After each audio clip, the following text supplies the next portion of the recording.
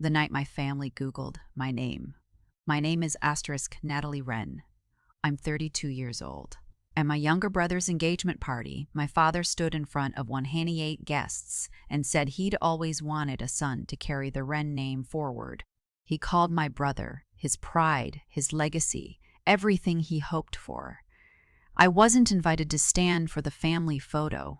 What my father didn't know, what none of them knew, was that I'd just spent 6 years building something bigger than his investment firm. Something that didn't need the Wren name to succeed. They thought I was nobody. His business colleague was about to tell him exactly who I was. The Wren family has money. Old money. Connecticut money.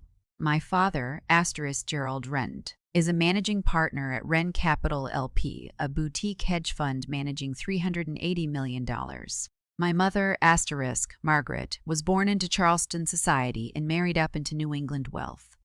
Her full-time career is hosting charity galas and making sure everyone knows the Wren family matters.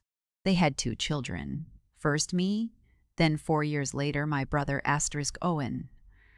That's when everything changed. The Wren family operates on one principle: sons build empires, daughters marry well and host dinner parties. Owen got a vice president title at Dad's firm when he turned 26.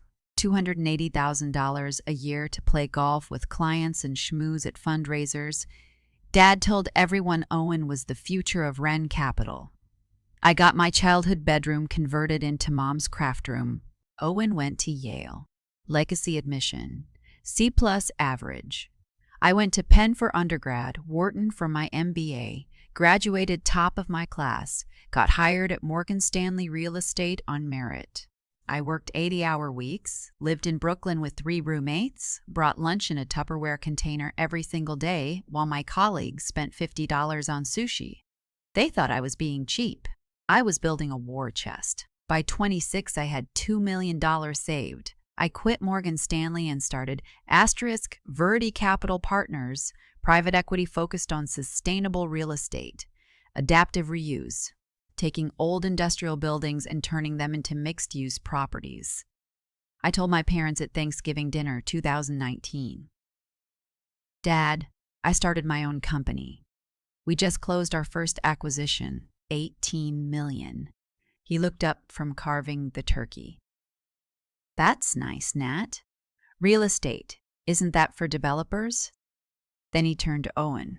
Speaking of which, Owen just brought in the Harrington family account. Mom smiled. "Wonderful, darling. Pam, dear, when will you stop playing businesswoman and find a husband? You're 27. The clock is ticking."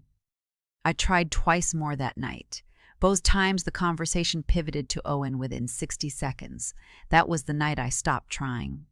I built my empire in silence. Fast forward to Saturday, November 16, 2024.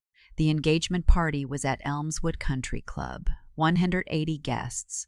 My name was on the seating chart. Table 14. Rear left corner, partially hidden behind a decorative column, 40 feet from the head table. My parents couldn't see me. I could see everything. I made small talk with distant cousins. Real estate, mostly boring stuff. The lies we tell at family events. At 7:30, the photographer gathered the family. "Wren family, please. Gerald, Margaret, Owen, and his fiancée, Claudia, walked to the designated spot. The photographer looked around. Any other immediate family? My mother didn't hesitate. "No, this is everyone." I was sitting 40 feet away. My cousin leaned over. "Wait, aren't you? It's fine," I said. "Flash. Flash. Lash." Not one of them looked back. Then came the toast. My father stood, tapped his champagne flute, and 180 people went quiet. "Gerald Wren commands a room. I want to tell you about my son," he began. "From the day Owen was born, Margaret and I knew he was special. We wanted a son, someone to carry the Wren name forward, someone to build on what generations before us built. Owen exceeded every expectation. He is my pride, my legacy, the future of Wren Capital." The room applauded. Then my mother stood, unplanned, emotional, tears in her eyes. Douglas and I always said, if we could only have one child, we'd want it to be Owen. Audible gasps from a few tables. Margaret didn't notice, or didn't care. He's made every sacrifice worth it, every sleepless night. Ethan, darling, you're our greatest joy. The room erupted again. I gripped my dessert fork so hard my knuckles went white. I walked to the bar, ordered a club soda. The bartender was young, early 20s. He saw my face. For what it's worth, he said quietly, I've worked 100 of these parties. That was cold. I left a $20 on the bar for a $4 drink. That's when Claudia found me. She pulled me aside near the French doors, her expression urgent. I'm so sorry about that toast. I don't even have words. It's fine, I said. My automatic response. The lie I'd been telling for 32 years. She studied my face. Your voice. I know your voice. I've been trying to place it all evening. I felt something cold settle in my stomach. I watched her brain work, saw the gears turning. Then her eyes went wide. Wait, what's your full name? Natalie, I said. Natalie Wren. She pulled out her phone, typed, waited, stared at her screen, then at me, then back at the screen. Oh my God, you're Natalie J. Wren, from Verity Capital Partners. She showed me her phone like I didn't already know what was there. LinkedIn. Company website, Verity Capital Partners. Founder and CEO. $523 million in assets under management. Owen said you did real estate consulting, she said. Her voice was shaking. I know what he said. Why didn't you say something? Would anyone have listened? She had no answer. She turned, looked across the ballroom at Owen, at my father, at my mother, back at me, and I saw the exact moment she understood everything. Within 60 seconds, Claudia had shown her phone to a family friend. Asterisk, Mrs. Alderton. Wife of a competing hedge fund manager. Mrs. Alderton. Alderton Googled. Her expression changed. Oh, she said. Oh my. She showed her husband. He pulled out his own phone. The woman next to him leaned over and gasped. My entire table was staring at phones. Then table 13, then table 12, whispers spreading like fire. She found it herself. Gerald had no idea. How could he not know? I watched the moment reach my father.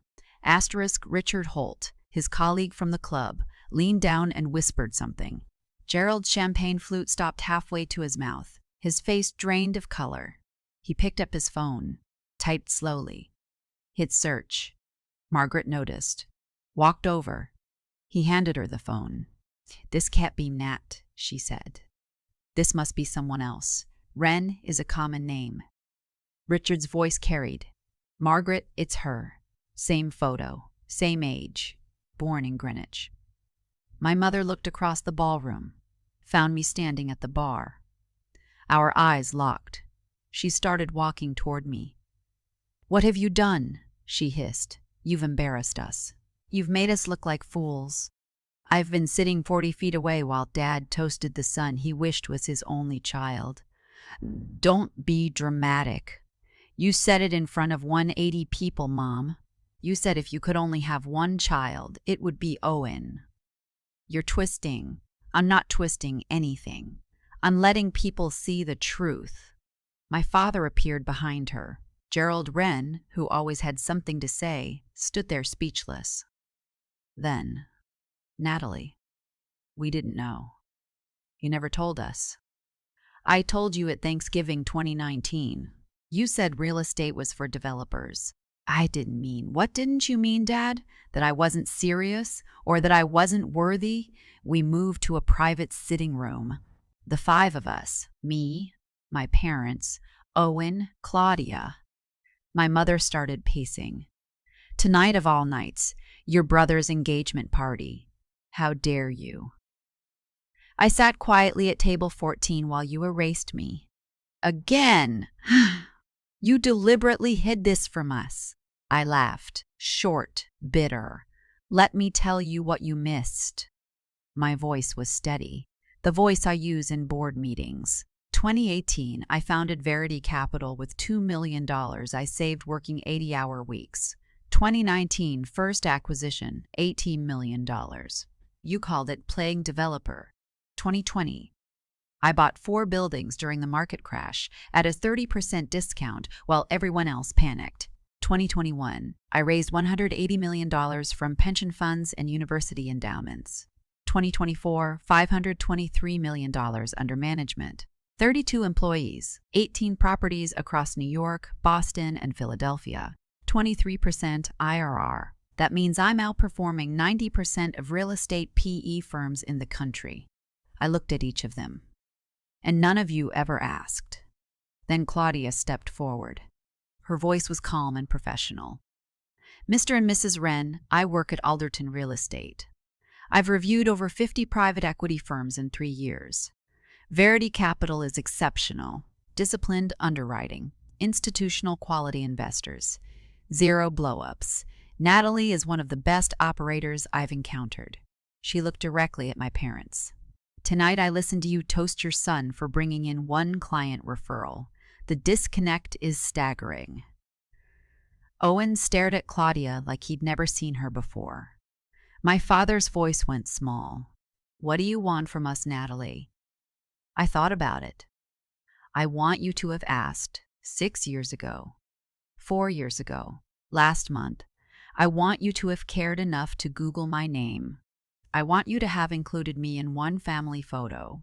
I want you to have not said your son was all you ever wanted while I was sitting 40 feet away. We can fix this, he said. You can't fix 32 years. I walked to the door, then turned back. You spent 32 years wishing I was different. I spent 6 years becoming someone extraordinary. The only difference is I did it without needing your approval. I looked at my father. Wren Capital manages $380 million. Verity Capital manages $583 million. I beat you. And you never even knew we were competing. I looked at Claudia. Congratulations on your engagement. You're marrying a good man. I hope he learns to be a better brother. And I walked out. I pulled over at a highway rest stop on the drive home. Sat in the dark, hands shaking on the steering wheel. I let myself feel it for exactly 10 minutes. The grief, the anger, the relief. Then I drove back to Manhattan, changed into sweatpants, made tea, and opened my laptop. Because Monday morning I had the biggest board meeting of my career. $185 million on the line. And I closed that deal. People ask if I'm angry. I'm not. Anger is exhausting. I'm just done. Done performing. Done shrinking. Done hoping they'd wake up one day and see me. My family spent 32 years wishing I was smaller, quieter, more convenient. I became bigger, louder, and I stopped apologizing for taking up space. Here's what I learned. Your family's inability to see you doesn't diminish your worth. Their blindness is their limitation, not yours. You can grieve the family you deserved while building the life you earned. I stopped waiting for them to see me, and I started building a life where I saw myself. That's not revenge. That's freedom. Have you ever had to choose between family loyalty and your own worth? What did you do? I'd love to hear your story.